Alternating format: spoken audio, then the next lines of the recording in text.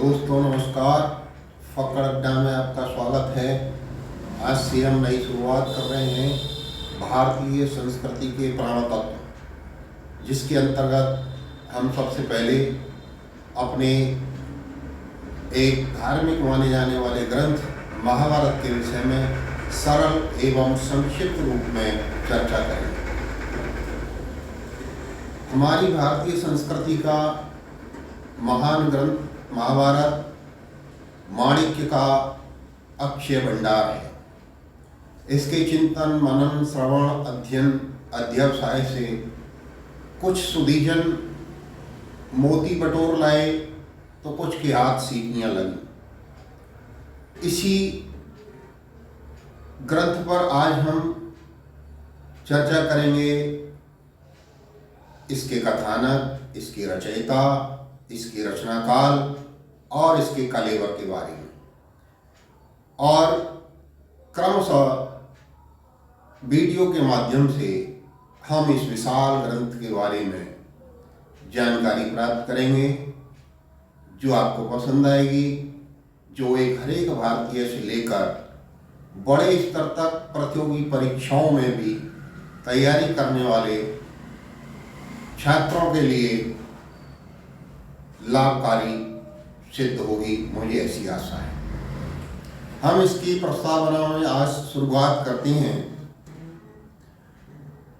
महाभारत ग्रंथ के विषय में कहा जाता है, यदि इहास्ति तदन्यत्र यन्येहास्ति न तत्क्वचित्, अर्थात जो इसमें है वो सर्वत्र है, जो इसमें नहीं है वो कहीं भी नहीं है।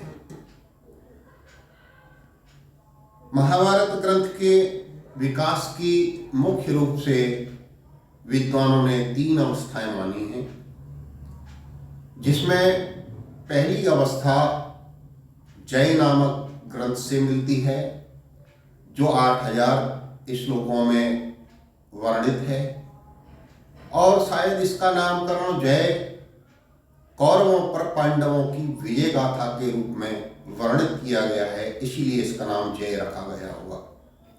दूसरी अवस्था में इसका नाम भारत मिलता है, और संभवतः इसका भारत नाम भरतवंशीय राजाओं के चरित्र जोड़े जाने के कारण हुआ होगा, और इसका कलेवर भी बढ़ गया।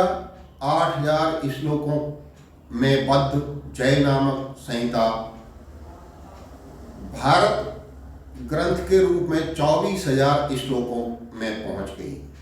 तीसरी और अंतिम अवस्था, जो कि महाभारत के नाम से प्रसिद्ध है, आज हमारे सभी के सामने जो मौजूद है ग्रंथ, उसका नाम महाभारत संभवतः इसलिए है कि उसे 1,00,000 श्लोकों में बद्ध कर दिया गया और उसमें अनेक उपाख्यान जोड़ दिए गए।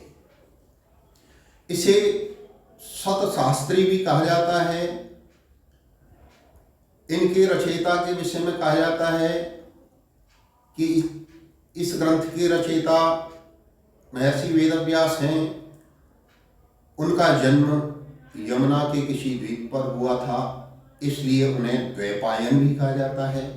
श्यामल रंग का होने के कारण उन्हें कृष्ण मुनि की संज्ञा प्राप्त हुई, और संहिताओं को 4 वेदों में विभक्त करने के कारण उन्हें वेदव्यास नाम दिया गया। कहा जाता है कि इनका संबंध महाभारत के पात्रों से भी है, और इन्हें धृतराष्ट्र, पांडु और विदुर का जन्मदाता माना जाता है। कुल मिलाकर इनका पूरा नाम कृष्ण मुनि द्वैपायन वेदव्यास कहा जाता है, और इस जन्म की प्रक्रिया वेदव्यास के द्वारा धृतराष्ट्र, पांडु और विदुर की किस तरह हुई, आप सभी परिचित होंगे।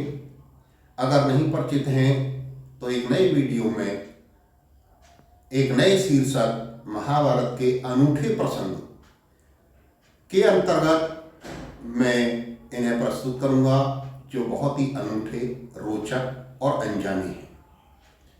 इसी के साथ मैं आज महाभारत के विषय में इतना ही यहीं पर समाप्त करता हूं और आपसे निवेदन है कि चैनल को लाइक, शेयर, सब्सक्राइब करें यदि आपको यह जानकारी पसंद आती है, जिससे किससे महाभारत के आगे का वीडियो आपको तुरंत प्राप्त हो और उसके विषय में अनूठी जानकारी आपको मिल सके। धन्यवाद।